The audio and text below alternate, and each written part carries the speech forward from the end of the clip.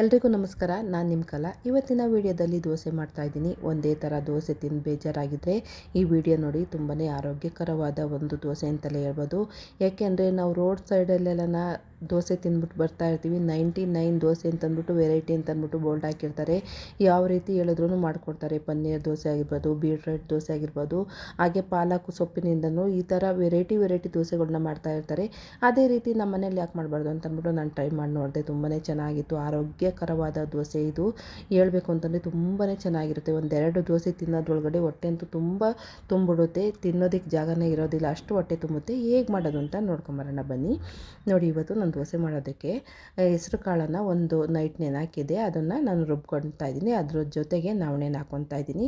ಮೊದಲೇ ಹೇಳಿದ್ನಲ್ಲ ಆರೋಗ್ಯಕರ ದೋಸೆ ಅಂತಂದ್ಬಿಟ್ಟು. ಅದೇ ರೀತಿ ನವಣೆ ಮತ್ತು ಹೆಸರು ಕಾಳನ್ನು ಹಾಕ್ಕೊಂಡಾದ್ಮೇಲೆ ಖಾರಕ್ಕೆ ಬೇಕಾದಷ್ಟು ಮೆಣಸಿನ್ಕಾಯಿ, ಒಂದು ಸ್ವಲ್ಪ ಶುಂಠಿನ ಹಾಕ್ಕೊಂಡು ನೀರು ರುಬ್ಬೋದಕ್ಕೆ ಎಷ್ಟು ನೀರು ಬೇಕೋ ಅಷ್ಟು ನೀರು ಹಾಕ್ಕೊಂಡು ನುಣ್ಣಗೆ ರುಬ್ಕೊಬೇಕಾಗುತ್ತೆ. ಆ ರುಬ್ಬಿದ ದೋಸೆಗೆ ನಾನು ಒಂದು ಸ್ವಲ್ಪ ಉಪ್ಪನ್ನು, ರುಚಿಗೆ ತಕ್ಕಷ್ಟು ಉಪ್ಪನ್ನು ಸೇರಿಸ್ಕೊತಾ ಇದ್ದೀನಿ. ನೋಡಿ, ಇಷ್ಟು ಸಿಂಪಲ್ಲಾಗಿ ಇನ್ಸ್ಟೆಂಟಾಗಿ ಮಾಡ್ಕೊಬೋದು. ಇದನ್ನು ಹುಳಿ ಬರೆಸ್ಬೇಕು ಅಂತ ಏನೂ ಅವಶ್ಯಕತೆ ಇರೋದಿಲ್ಲ. ತುಂಬ ಚೆನ್ನಾಗಿ ಆವಾಗಲೇ ರುಬ್ಬಿಟ್ಟು ಮಾಡ್ಬೋದು. ತುಂಬಾ ಚೆನ್ನಾಗಿರುತ್ತೆ. ಹೆಸರು ಕಾಳು ಹಾಕಿರ್ತೀವಲ್ಲ, ಹಾಗಾಗಿ ಹುಳಿನೂ ಚೆನ್ನಾಗಿ ಮೃದುವಾಗೂ ಸಹ ಬರುತ್ತೆ.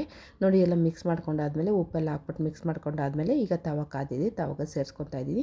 ಒಂದು ಸ್ವಲ್ಪ ಜಾಸ್ತಿ ದೋಸೆ ಹಿಟ್ಟಿಗಿಂತ ಒಂದು ಸ್ವಲ್ಪ ಗಟ್ಟಿಯಾಗಿರಬೇಕು. ಇಡ್ಲಿ ಹಿಟ್ಟು ಇರುತ್ತಲ್ಲ, ಅಷ್ಟು ಇದ್ದರೆ ಗಟ್ಟಿಯಾಗಿದ್ದರೆ ಚೆನ್ನಾಗಿರುತ್ತೆ. ಒಂದು ಸ್ವಲ್ಪ ದಪ್ಪನಾಗೆ ಹಾಕ್ಕೊಂಡಿದ್ದೀನಿ.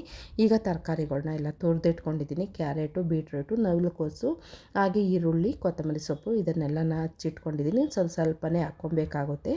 ದೋಸೆ ಬಿಟ್ಕೊಂಡಾದ್ಮೇಲೆ ಹೆಂಚಿನ ಮೇಲೆ ಒಂದು ಸ್ವಲ್ಪ ಎಷ್ಟು ಬೇಕೋ ಅಷ್ಟು ಹಾಕ್ಕೊಳ್ಳಿ. ನಾನು ಬೀಟ್ರೂಟು, ನವಿಲುಕೋಸು ಮತ್ತು ಕ್ಯಾರೆಟನ್ನು ಹಾಕ್ಕೊಂಡಿದ್ದೀನಿ. ಇಂಥದ್ದೇ ತರಕಾರಿ ಹಾಕ್ಕೊಬೇಕು ಅಂತ ಏನಿಲ್ಲ. ಸೊಪ್ಪುಗಳನ್ನು ಸಹ ನಾವು ಒಂದು ಸ್ವಲ್ಪ ಬೇಯಿಸಿಟ್ಕೊಂಡು ಹಾಕ್ಕೊಂಡು ತುಂಬಾ ಚೆನ್ನಾಗಿರುತ್ತೆ. ಅವರೆಲ್ಲ ರೋಡ್ ಸೈಡಲ್ಲೆಲ್ಲ ಮಸ್ತ್ಬಿಟ್ಟೆಲ್ಲ ಕೊಡ್ತಾಯಿರ್ತಾರೆ. ನಾವೇನೋ ಇಲ್ಲೇನು ಮಸ್ತ್ಬಿಟ್ಟು ಆ ಥರ ಎಲ್ಲ ಮಾಡಬೇಕು ಅಂತ ಏನು ಅವಶ್ಯಕತೆ ಏನಿರೋದಿಲ್ಲ ಫ್ರೆಂಡ್ಸ್. ಈ ರೀತಿ ಸಿಂಪಲಾಗಿ ಮಾಡಿಕೊಂಡ್ರೆ ಸಾಕಾಗುತ್ತೆ. ಅಷ್ಟೊಂದೆಲ್ಲ ವೆರೈಟಿಯಾಗೆಲ್ಲ ಸಾಂಬಾರೆಲ್ಲ ಹಾಕಿರ್ತಾರೆ ಮತ್ತು ಚಟ್ನಿ ಎಲ್ಲ ಹಾಕ್ಬಿಟ್ಟು ಎಲ್ಲ ಮಸ್ತ್ಬಿಟ್ಟೆಲ್ಲ ಕೊಟ್ಟಿರ್ತಾರೆ. ಅಷ್ಟೊಂದೆಲ್ಲ ಮಸಾಲೆ ಹಾಕೋ ಅವಶ್ಯಕತೆ ಏನು ಇರೋದಿಲ್ಲ. ನೋಡಿ, ಇದೆಲ್ಲ ಹಾಕಾದ್ಮೇಲೆ ಈರುಳ್ಳಿ, ಬೀಟ್ರೂಟು, ಕ್ಯಾರೆಟು ಎಲ್ಲ ಹಾಕಾದ್ಮೇಲೆ ಕೊತ್ತಂಬರಿ ಸೊಪ್ಪು, ಕರಿಬೇವಿನ ಸೊಪ್ಪು ಇಷ್ಟು ಹಾಕ್ಕೊಂಡಿದ್ದೀನಿ. ಹಾಕಾದ್ಮೇಲೆ ಈಗ ಪ್ಲೇಟನ್ನು ಮುಚ್ಚಿಬಿಟ್ಟು ಬೇಯೋದಕ್ಕೆ ನೀಟಾಗಿ ಬಿಡ್ತಾಯಿದ್ದೀನಿ. ಇಷ್ಟು ಬೇಕು ಅಂತಂದರೆ ಹಾಗೇ ಬೇಯಿಸ್ಕೊಬೋದು. ಇಲ್ಲಾಂದರೆ ಪ್ಲೇಟನ್ನು ಮುಚ್ಚಿಬಿಟ್ಟು ಸಹ ಬೇಯಿಸ್ಕೊಬೋದು. ನಾನು ಬೇಗ ಆಗಲಿ ಅಂತಂದ್ಬಿಟ್ಟು ಪ್ಲೇಟನ್ನು ಮುಚ್ಚಿಬಿಟ್ಟು ಬೇಯಿಸ್ಕೊತಾ ಇದ್ದೀನಿ. ಒಂದು ಸ್ವಲ್ಪ ದಪ್ಪ ಹಾಕಿರೋದ್ರಿಂದ ಮೇಲ್ಗಡೆ ಎಲ್ಲ ಇಟ್ಟು ಚೆನ್ನಾಗಿ ಬೇಯಬೇಕು. ಹಾಗಾಗಿ ನೋಡಿ, ಈ ಥರ ಎಲ್ಲ ನಾವು ದೋಸೆನೆಲ್ಲ ನೀಟಾಗಿ ಅದ್ಮುಕೊಬೇಕಾಗುತ್ತೆ. ನೋಡಿ, ಈ ರೀತಿ ಅದ್ಮುಕೊಳೋದ್ರಿಂದ ತರಕಾರಿನೂ ಒಂದು ಸ್ವಲ್ಪ ಅರ್ಧ ಎಲ್ಲ ಬೇಯುತ್ತೆ. ಫುಲ್ಲು ಅವಶ್ಯಕತೆ ಇರೋದಿಲ್ಲ ಬೇಯೋದಕ್ಕೆ. ತರಕಾರಿ ಮೇಲ್ಭಾಗದಲ್ಲೆಲ್ಲ ನೀಟಾಗೆಲ್ಲ ಬೆಂದ್ಕೊಳ್ಳುತ್ತೆ. ಒಂದು 3-4 ನಿಮಿಷ ಸಣ್ಣ ಉರಿಲಿ ಬೇಯಿಸ್ಕೊಂಡ್ರೆ ನೀಟಾಗಿ ದೋಸೆ ರೆಡಿ ಆಗುತ್ತೆ ಫ್ರೆಂಡ್ಸ್. ಇದಕ್ಕೆ ತುಪ್ಪ ಆಗಿರ್ಬೋದು, ಚಟ್ನಿ ಆಗಿರ್ಬೋದು, ಇಷ್ಟು ಹಾಕ್ಕೊಂಡ್ರೆ ಸಾಕು. ನಮಗೆ ಸಾಂಬಾರೇ ಆಗಿರ್ಬೋದು ಮತ್ತು ಸಾಗು ಅದೆಲ್ಲ ಅವಶ್ಯಕತೆ ಇರೋದಿಲ್ಲ. ಬೇಕು ಅಂದರೆ ಮಾಡ್ಕೊಬೋದು. ಚಟ್ನಿ ಮತ್ತು ತುಪ್ಪ ಇದ್ರೆ ಸಾಕಾಗುತ್ತೆ. ಎಲ್ಲ ಹೆಲ್ತಿ ತರಕಾರಿಗಳು ಹಾಕಿರೋದ್ರಿಂದ ಮಕ್ಕಳು ಲಂಚ್ ಬಾಕ್ಸ್ಗೆ ಹಾಕ್ಕೊಟ್ರಂತೂ ತುಂಬ ಇಷ್ಟಪಟ್ಬಿಟ್ಟು ತಿಂತಾರೆ. ನಾನಿಲ್ಲಿ ಸಾಂಬಾರು ಮಾಡಿದ್ದೆ, ಅದನ್ನೇ ಬಡಿಸ್ತಾ ಇದ್ದೀನಿ. ಅವರೆಕಾಳು ಸಾಂಬಾರು ಮಾಡಿದ್ದೆ. ಬೇಕು ಅಂದರೆ ಮಾತ್ರ ಸಾಂಬಾರೇ ಆಗಿರ್ಬೋದು, ಇಲ್ಲಾಂತಂದರೆ ಸಾಗು ಆಗಿರ್ಬೋದು ಮಾಡ್ಕೊಬೋದು. ಇಲ್ಲಾಂದರೆ ತುಪ್ಪ ಮತ್ತು ಬೆಣ್ಣೆ ಇದ್ರೂ ಆಗುತ್ತೆ. ಒಂದು ಸ್ವಲ್ಪ ಚಟ್ನಿ ಮಾಡಿಕೊಂಡ್ರೆ, ಗ್ರೀನ್ ಚಟ್ನಿ ಆಗಿರ್ಬೋದು, ತೆಂಗಿನಕಾಯಿ ಚಟ್ನಿ ಆಗಿರ್ಬೋದು ಮಾಡ್ಕೊಂಡಾಗುತ್ತೆ. ನೋಡೋದಿಲ್ಲ ಫ್ರೆಂಡ್ಸ್, ಎಷ್ಟು ಸಿಂಪಲಾಗಿ ಮಾಡ್ಕೊಬೋದು ಅಂತಂದ್ಬಿಟ್ಟು ಇವತ್ತಿನ ವೀಡಿಯೋದಲ್ಲಿ ನಾನು ನಿಮ್ಮ ಜೊತೆ ಹಂಚ್ಕೊತಾ ಇದ್ದೀನಿ. ಇದರ ಜೊತೆಗೆ ದೋಸೆಗೆ ಬೇಕು ಅಂತಂದರೆ ನಮಗೆ ಬೆಣ್ಣೆ ಆಗಿರ್ಬೋದು, ಪನ್ನೀರ್ ಆಗಿರ್ಬೋದು ಹಾಕ್ಕೊಂಡ್ರೆ ತುಂಬಾ ಚೆನ್ನಾಗಿರುತ್ತೆ ದೋಸೆ. ನಾನು ಇನ್ನೊಂದು ಸಲ ಹಾಕ್ಕೊಂಡು ತೋರಿಸ್ತಾ ಇದ್ದೀನಿ. 1.5 ಸೌಟು ಹಿಟ್ಟು ಹಾಕ್ಬಿಟ್ಟು ಈಗ ದೋಸೆ ಮಾಡಿಕೊಂಡು ಅದಕ್ಕೆ ನಾವು ತುರಿದಿರೋಂಥ ಬೀಟ್ರೂಟು, ಕ್ಯಾರೆಟು, ಹಾಗೆ ನವಿಲುಕೋಸು, ಈರುಳ್ಳಿ, ಕೊತ್ತಂಬರಿ ಸೊಪ್ಪು, ಒಂದು ಸ್ವಲ್ಪ ಕರಿಬೇವಿನ ಸೊಪ್ಪು ಇಷ್ಟು ಹಾಕ್ಕೊಂಡು, ಬೇಕು ಅಂತಂದರೆ ಪನ್ನೀರ್ ಹಾಕ್ಕೊಳ್ಳಿ, ಇಲ್ಲಾಂತಂದರೆ ಬೆಣ್ಣೆ ಆಗಿರ್ಬೋದು, ತುಪ್ಪ ಆಗಿರ್ಬೋದು ಹಾಕ್ಕೊಂಡ್ರೆ ಸಾಕಾಗುತ್ತೆ.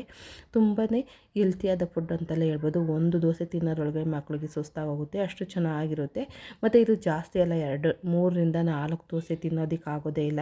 ಯಾಕೆಂತಂದರೆ ಅಷ್ಟು ಸಾಕಾಗುತ್ತೆ, ಅಷ್ಟು ಚೆನ್ನಾಗಿರುತ್ತೆ. ನಾನು ಬೆಣ್ಣೆ ಹಾಕ್ಕೊತಾ ಇದ್ದೀನಿ.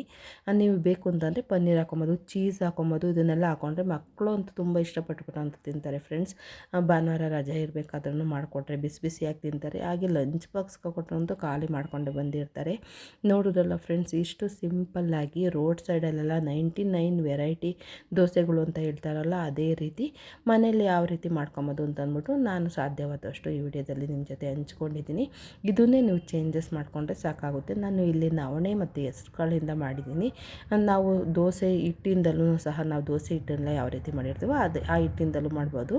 ನಾನು ಇಲ್ಲಿ ಹೆಲ್ತಿ ಫುಡ್ ಆಗಿರೋದ್ರಿಂದ ಒಂದು ಸ್ವಲ್ಪ ನಾನು ಇಲ್ಲಿ ನವಣೆ ಮತ್ತು ಆ ಹೆಸ್ರು ಕಾಳನ್ನು ಉಪಯೋಗಿಸ್ಕೊಂಡು ಮಾಡಿದ್ದೆ. ಅದೂ ಹೇಗೆ ಬರುತ್ತೆ ಅಂತಂದ್ಬಿಟ್ಟು ನಂಗೆ ಗೊತ್ತಿರಲಿಲ್ಲ.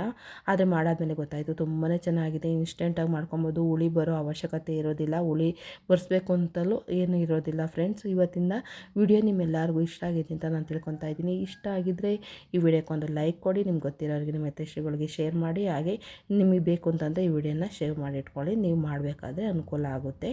ನಿಮ್ಮ ಅನಿಸಿಕೆ ಅಭಿಪ್ರಾಯನ ಕಮೆಂಟ್ ಮೂಲಕ ವ್ಯಕ್ತಪಡಿಸಿ ಹೇಗೆ ಬಂದಿದೆ ಈ ವಿಡಿಯೋ ಅಂತ ಅಂದ್ಬಿಟ್ಟು. ಇಷ್ಟೊತ್ತು ಈ ವಿಡಿಯೋ ನೋಡಿದ್ದಕ್ಕೆ ಧನ್ಯವಾದಗಳು. ಮತ್ತೊಂದು ಹೊಸ ರೆಸಿಪಿಯೊಂದಿಗೆ ನೀವು ಭೇಟಿಯಾಗೋಣ. ಮತ್ತೊಮ್ಮೆ ಯಾರೆಲ್ಲ ಸಪೋರ್ಟ್ ಮಾಡ್ತಾ ಇದ್ದೀರೋ ಅವ್ರಿಗೆ ನಾನು ಧನ್ಯವಾದನ ಅರ್ಪಿಸ್ತಾ ಈ ವಿಡಿಯೋನ ಎಂಡ್ ಮಾಡ್ತಾ ಇದ್ದೀನಿ. ನೀವು ಮತ್ತೊಮ್ಮೆ ಭೇಟಿಯಾಗೋಣ. ಅಲ್ಲಿವರೆಗೂ ಧನ್ಯವಾದಗಳು. Thank you. ಬಾಯ್.